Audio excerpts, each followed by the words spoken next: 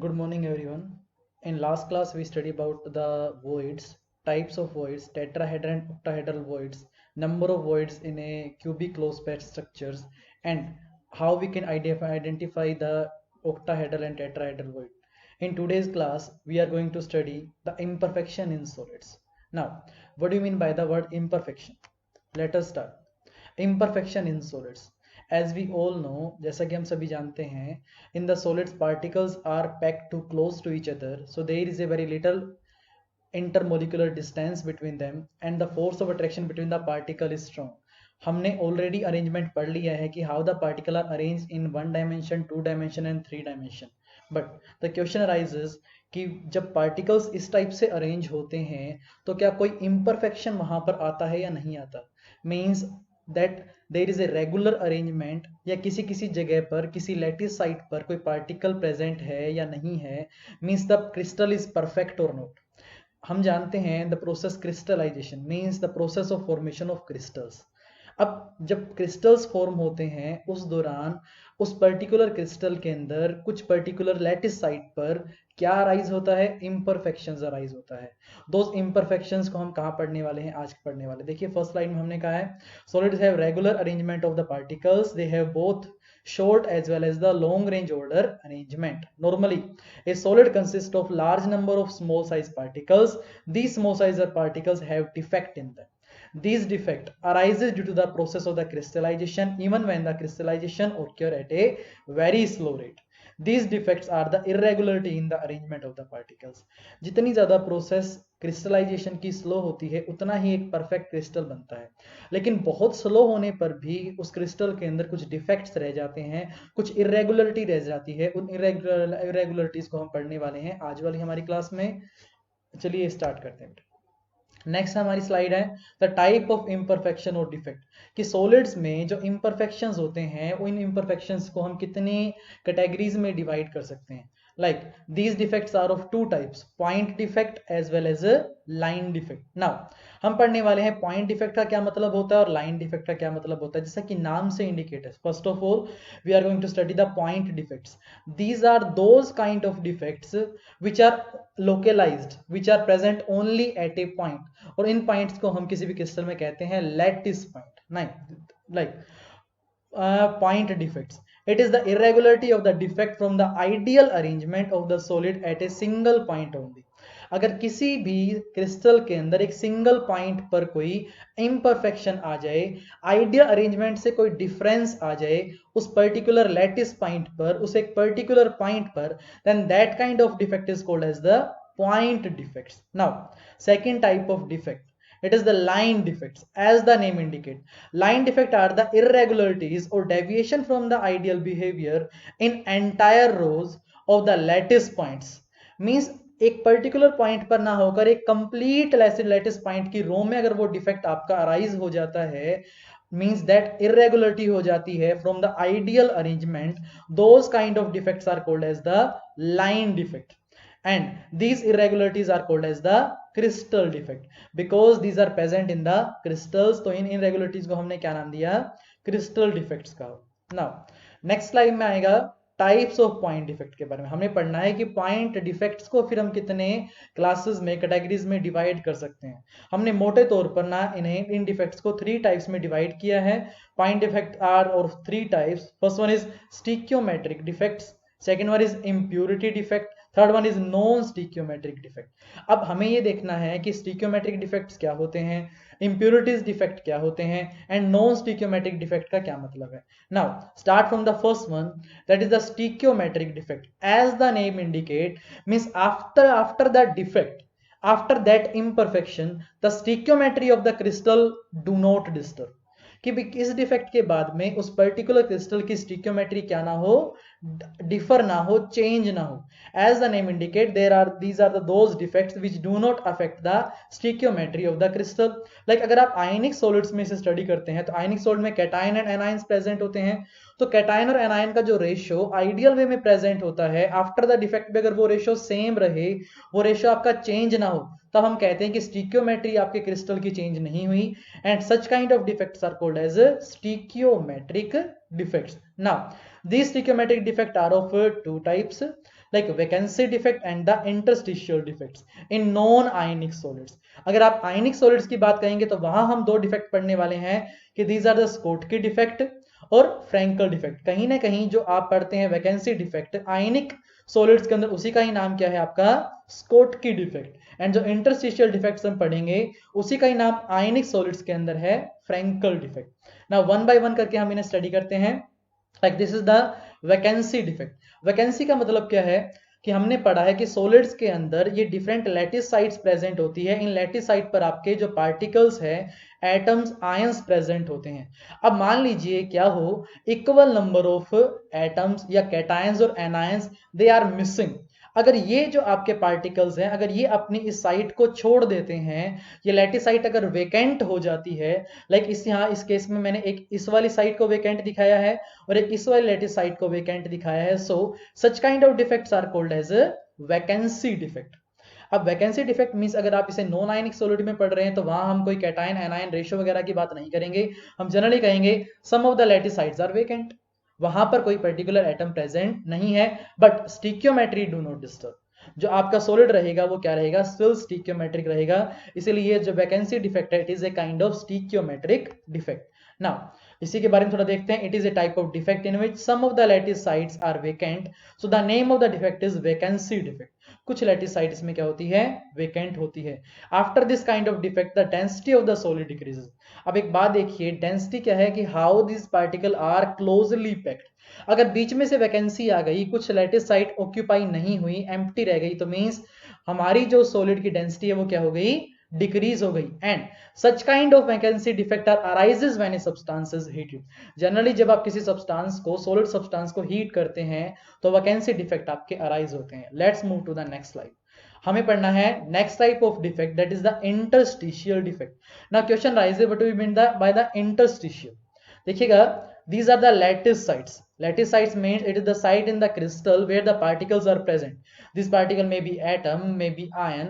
ये जिस भी साइट पर प्रेजेंट होते हैं उनका नाम हमने लैटिस साइट कहा. अब इंटरस्टिशियल साइट्स क्या हैं, इन लैटिस साइट्स के बीच में जो एम्प्टी स्पेस बाकी है, हमने जिसे वॉइड्स में पढ़ा कि these are the empty spaces, these are the voids and these are the interstices. तो उस पर्टिकुलर साइट को अगर मैं नाम दूं, that vacant site is called as the interstitial site. Now, in this type of defect, some of the particle they loses their lattice site and come to the interstitial site. इसके अंदर कुछ particle अपनी जो main जो lattice site है उसे छोड़ देते हैं और कहां पर आ जाते हैं, आपके इंटरस्टिशियल साइट्स पे आ जाते हैं. अगर इस टाइप से रहे, लेकिन वो रहे कहां पर, आपके उस पर्टिकुलर क्रिस्टल के अंदर ही. अब देखिएगा, एक क्रिस्टल में बहुत सारे एटम्स इन्वॉल्व थे, कुछ एटम्स ने अपने लैटिस साइट को छोड़ा, लैटिस साइट को छोड़कर वो एम्प्टी स्पेस में आ गए, उस इंटरस्टिशियल साइट में आ गए. तो such kind of effect it is called as the interstitial defect. ये एक टाइप का डिफेक्ट है जिसमें इंटरस्टिशियल साइट ऑक्यूपाई की जाती है आपके उस पार्टिकल्स ऑफ सॉलिड के द्वारा. Now question arises after the interstitial defect whether the density of the solid changes और नॉट. अब आप सोच के देखिएगा कि आपका किसी एक पर्टिकुलर साइट से अगर कोई पार्टिकल चला भी गया और वो पार्टिकल उसी सॉलिड के अंदर रह गया, but it occupy some other interstitial site. We are going to study the next kind of defect, that is the interstitial defect. What do you mean by the interstitial defect? It is a type of defect in which some of the particle loses their lattice site and come to the interstitial site. अब देखिएगा, सबसे पहले समझना होगा कि particle जहां actual में present होते हैं किसी भी सॉलिड में, किसी भी क्रिस्टल में, that particular site is called as the lattice site.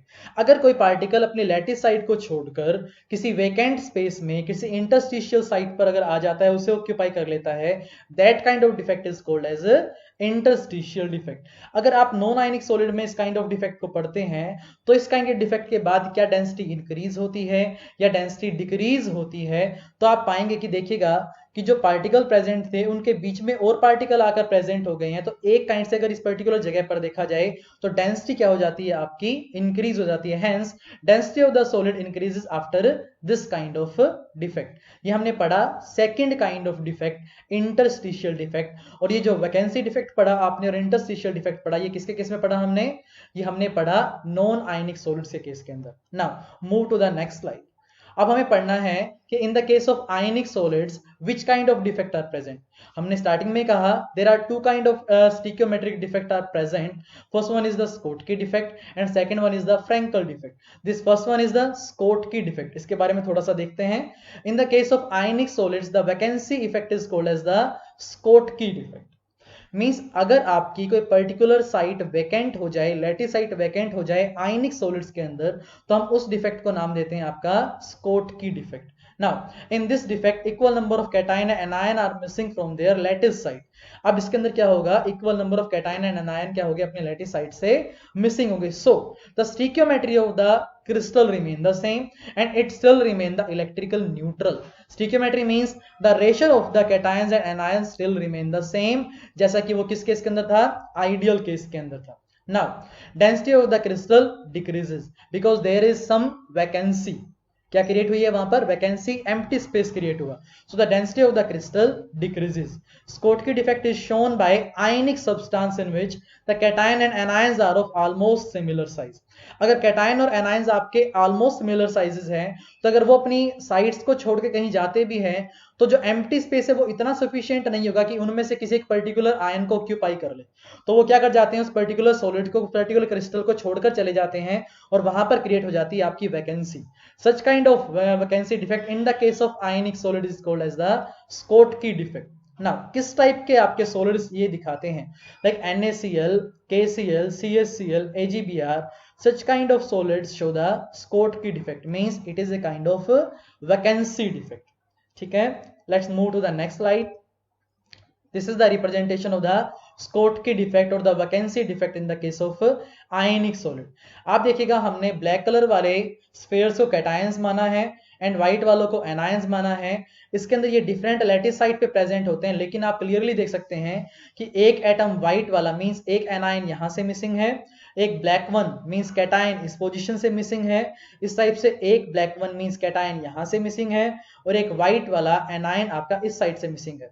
In this solid we show two cations and two anions are missing from their lattice side. So this is a kind of vacancy defect, and the vacancy defect in the case of ionic solid is called as a Schottky defect. अब देखिएगा खाली space arise हुआ, खाली space के arise होने से हम क्या कहेंगे कि इस केस के अंदर जो आपका सॉलिड क्रिस्टल था उसकी डेंसिटी क्या हो गई, डिक्रीज हो गई, but it still remain the stoichiometric, it still remain the electrical neutral. Now move to the next slide. हमें पढ़ना है next kind of defect that is called as the Frenkel defect. हमने वहां पढ़ा था कि जो इंटरस्टिशियल डिफेक्ट्स है, इंटरस्टिशियल डिफेक्ट को ही हम आयनिक सॉलिड्स में क्या कहते हैं, फ्रैंकल डिफेक्ट कहते हैं। इसके बारे में थोड़ा सा देखते हैं एक बार। In this type of defect and cation of smaller size leave its the lattice site and create a vacancy there and occupy interstitial sites, create interstitial defect there. होगा ये एक पर्टिकुलर आपका सॉलिड के अंदर जो कैटायन और anion में से जो कैटायन है, अब इसके इसके अंदर कैटायन और एनायन के जो साइज है उसमें डिफरेंस होगा, लार्ज डिफरेंस होगा। इसके लिए जो स्मॉलर साइज कैटायन है वो अपनी लैटिस साइट को जहां पर उसे प्रेजेंट होना चाहिए था उसको छोड़ देगा, तो उस पर्टिकुलर साइट पर क्या आपका आएगा, वैकेंसी डिफेक्ट। और कौन सी साइट पे आ जाएगा आपका, वो इंटरस्टिशियल साइट पे। इंटरस्टिशियल साइट पे आने पर वहां जो डिफेक्ट अराइज होगा that is called as the interstitial defect. Now next point, this kind of defect is shown by those kind of solids in which there is a large difference in the size of the cation and anion. Size of cation and ion में ज्यादा difference है, तभी आपका smaller size cation कहां पर जा पाया, interstitial site पर जा पाया। But the stoichiometry of the solid remain the same. उसने सिर्फ अपनी लैटिस साइड छोड़ी है, वो आपका सॉलिड से बाहर नहीं गया। तो हम ये नहीं कह सकते कि जो स्टिकियोमेट्री है उस कंपाउंड की, उस आपके पर्टिकुलर क्रिस्टल की, सॉलिड की, वो चेंज हो गई है। That still remain the same and the density of the solid also remain the same because the cation just leave from its lattice point and it occupy the interstitial site, but it still remain in the crystal. Now which type के solids आपका ये दिखाते हैं, like zinc sulphide, silver chloride, silver bromide, silver iodide, ये kind के solids आपके क्या दिखाते हैं, फ्रैंकल डिफेक्ट दिखाते हैं। and reason is same, there is a large difference in the size of the cations and anions. so जो defect आएगा स्टिकियोमेट्रिक में कौन सा आएगा आपका, फ्रैंकल डिफेक्ट आएगा। नेक्स्ट टाइप का डिफेक्ट पढ़ते हैं, उससे पहले ये देख लीजिएगा, यहां हमने फ्रैंकल डिफेक्ट दिखाया है। ये जो आपके यहाँ हमने आयंस दिखाए हैं, these are the anions, and black colour जो आपके आयंस दिखाए हैं ये क्या है, आपके कैटायंस। तो क्लियरली देख सकते हैं मैंने ये दिखाया कि इस पर्टिकुलर साइड से यहां से हमने क्या किया, एक कैटायंस को मूव करवा दिया इस पोजीशन पर। तो इस पोजीशन पर आने पर जो इनके बीच में खाली स्पेस था, that is the interstitial side. One of the smaller size cation leave its lattice site and go to the interstitial site, but it still remain in the solid, is remain in the crystal. So this kind of defect is called as the Frankel. In this slide we are going to study the impurity defect. अब impurity का नाम क्या है कि हम किसी particular crystal के अंदर कोई और सब्सटेंस ऐड कर दें, कोई impurity ऐड कर दें, तो किस काइंड का, किस टाइप का आपका डिफेक्ट आएगा, that defect is called as the impurity defect. Now if we add little SrCl2 in molten NaCl and then it is crystallized. अगर आप molten NaCl में little of SrCl2 डालें और उसे क्रिस्टलाइज होने के लिए छोड़ दें, तो जो आपका डिफेक्ट आएगा वो impurity डिफेक्ट आएगा। होगा ये Sr is Sr plus 2 ion and Na is Na plus, तो आपके एक Sr2 plus दो Na1 प्लस को रिप्लेस कर सकता है। अब अगर दो Na1 प्लस को वो रिप्लेस करेगा तो उनमें से एक के लैटिस साइड पर तो वो खुद जा सकता है, और जो दूसरे के लैटिस साइड रहेगी वो क्या रहेगी, वेकेंट रहेगी। देखिए आगे पढ़ते हैं। Then some of the sodium ions are replaced by the Sr+2 ions, each Sr+2 ion replace 2 Na+ ion. One lattice site is occupied by the Sr+2 and other side remain vacant. So equal number of cationic vacancies produced in the crystal equal to the number of Sr+2 ions. Example, ये हमारा दिखाया जाता है like similar way में, जैसे हमने ऊपर पढ़ा, solid solution of CdCl2 and AgCl show impurity defect। यानी जैसे कि नाम था impurity defect, तो हमें क्या डालना है, कोई impurity डालनी है। impurity means कोई another substance हमने ऐड करना है। वो क्या करेगा, जो हमारा पर्टिकुलर सब्सटेंस था उसमें से कुछ आयन को रिप्लेस कर देगा, उनकी जगह खुद आ जाएगा। जैसे SrCl2 को जब NaCl में डाला गया तो 2 Na रिप्लेस किए गए बाय 1 Sr+2, तो एक की साइड पर वो खुद आ गया Sr और दूसरी Na की साइड क्या रही, आपकी वेकेंट रही। Such kind of defect is called as impurity defect. In next slide we are going to study the non-stoichiometric defect. Then what do you mean by the non-stoichiometric defect? अगर stoichiometric defect वो defect है जिनके अंदर stoichiometry of the crystal do not disturb, या आयनिक आपके solid से case के अंदर हमने कहा the ratio of the cations and anions remain the same, तो इन non-stoichiometric defect that ratio of the cation and anion disturb, it do not remain the same। जो ideal way में था वो वैसा नहीं रहेगा, वो चेंज हो जाएगा। लाइक पढ़ते हैं, as the name indicate in such kind of defect the stoichiometry of the solid disturb।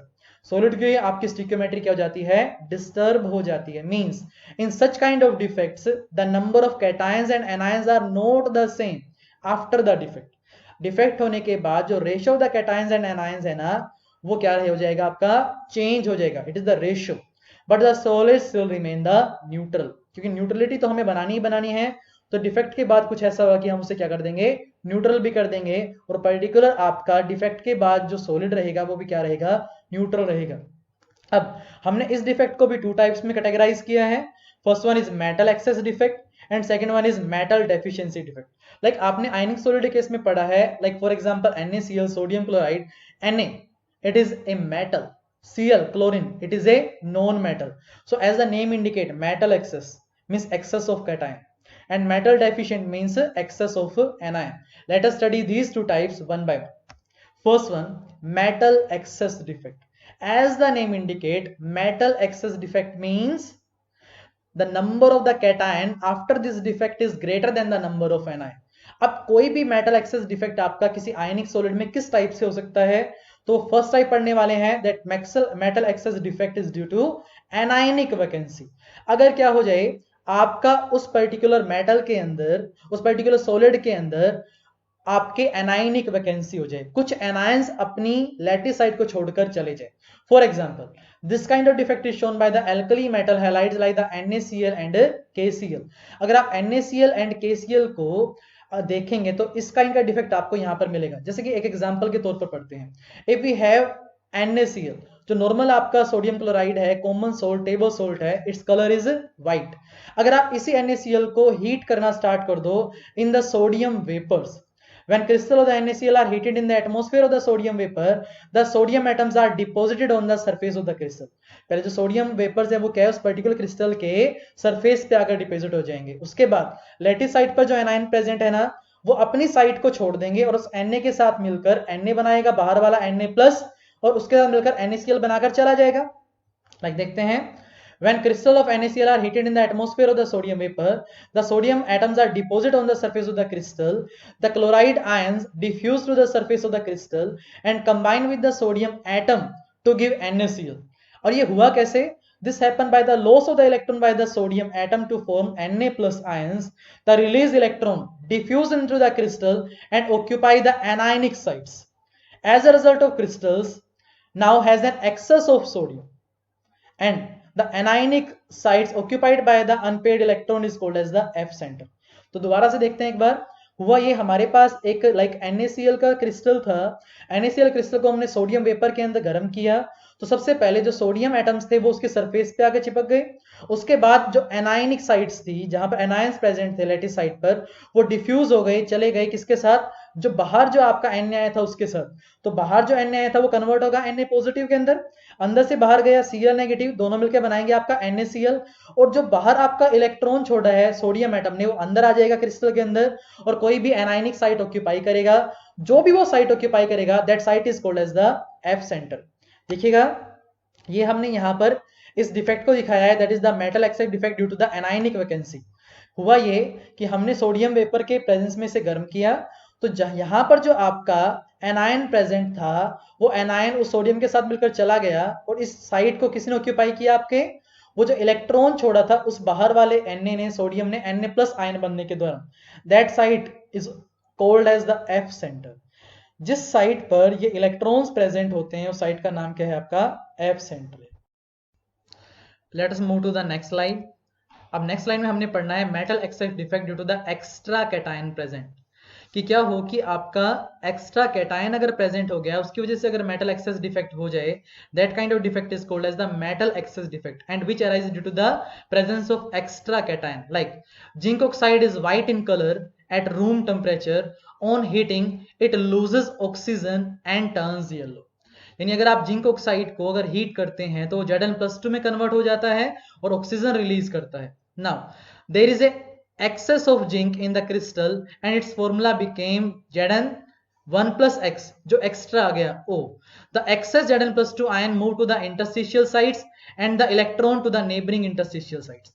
कि हुआ ये कि ZnO जो थे आपके गर्म करने पर Zn+2 में, और इलेक्ट्रॉन्स उसने रिमूव किए और साथ में ऑक्सीजन निकल गई। अब जो Zn+2 आयन है वो पर्टिकुलर साइट इंटरस्टिशियल साइट पर आकर आ जाएंगे, और जो इलेक्ट्रॉन रिलीज हुए वो दूसरी इंटरस्टिशियल साइट पे चले जाएंगे, और इस पर्टिकुलर क्रिस्टल ओवरऑल क्या रहेगा? आपका न्यूट्रल रहेगा, क्योंकि एक साइट पर क्या गया आपका Zn+2, दूसरी साइट पर क्या गया आपका 2 इलेक्ट्रॉन। ऑल ओवर जो क्रिस्टल रहा वो क्या रहा आपका? Electrically neutral. That kind of defect जो किस वजह से राइज हुआ? Due to the presence of these extra Zn+2, these extra cation, that kind of defect is called as metal excess defect due to the presence of extra cation. now अगली slide में पढ़ने वाले हैं metal deficiency defect. अब question rise करता है कि metal deficiency defect कैसे हो सकता है?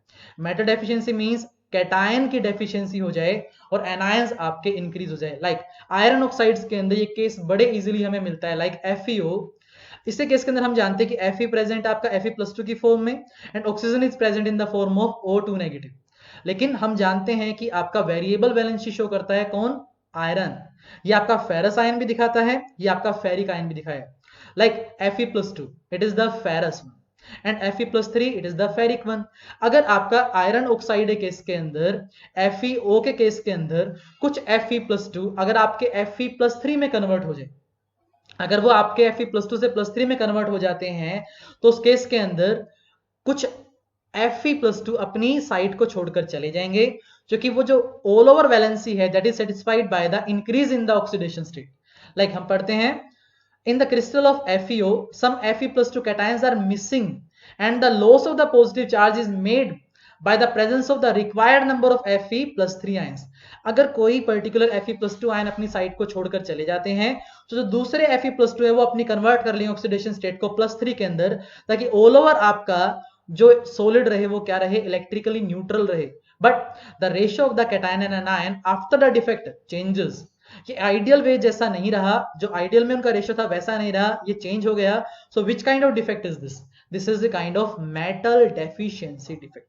तो हमने पढ़ा कि जो आपके डिफेक्ट्स क्या होते हैं, इम्परफेक्शंस क्या होते हैं, और जो इम्परफेक्शंस हैं, डिफेक्ट्स हैं, उनको कितने कैटेगरी में डिवाइड किया है हमने, स्टिक्योमेट्रिक डिफेक्ट्स के अंदर एंड नॉन स्टिक्योमेट्रिक डिफेक्ट के अंदर। फिर हमने पढ़ा वैकेंसी डिफेक्ट क्या होता है, आपका इंटरस्टिशियल डिफेक्ट क्या होता है, आयनिक सॉलिड्स के अंदर स्कोटकी डिफेक्ट क्या है, फ्रैंकल डिफेक्ट क्या है, इंप्यूरिटीज डिफेक्ट्स कौन से होते हैं। नॉन स्टिक्योमेट्रिक डिफेक्ट में हमने क्या पढ़ा, मेटल एक्सेस डिफेक्ट कैसे हो सकता है और मेटल डेफिशिएंसी डिफेक्ट कैसे हो सकता है। Thanks for watching.